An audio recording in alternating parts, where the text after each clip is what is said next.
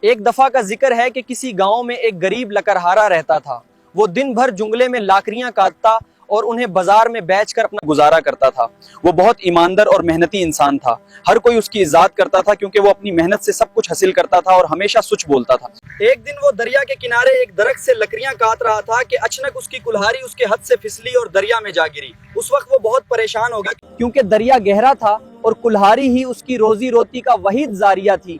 اسی لیے وہ پریشان تھا کہ اب اپنا گھر کیسے چلائے گا۔ اے لکڑہارے، تم کیوں اتنے غمگین ہو اور کس چیز نے تمہیں اس قدر پریشان کر رکھا ہے کہ تم اللہ سے فریاد کر رہے ہو؟ تم کیوں رو رہے ہو؟ فرشتے نے دریا میں غوطہ لگایا اور ایک سونے کی کلہاڑی نکال کر لکڑہارے سے پوچھا، کیا یہ تمہاری کلہاڑی ہے؟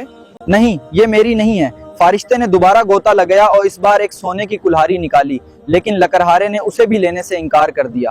نہیں، یہ چندی کی کلہاڑی میری نہیں ہے۔ میں ایماندار ہوں اور صرف اپنی پرانی کلہاڑی ہی لینا چاہتا ہوں۔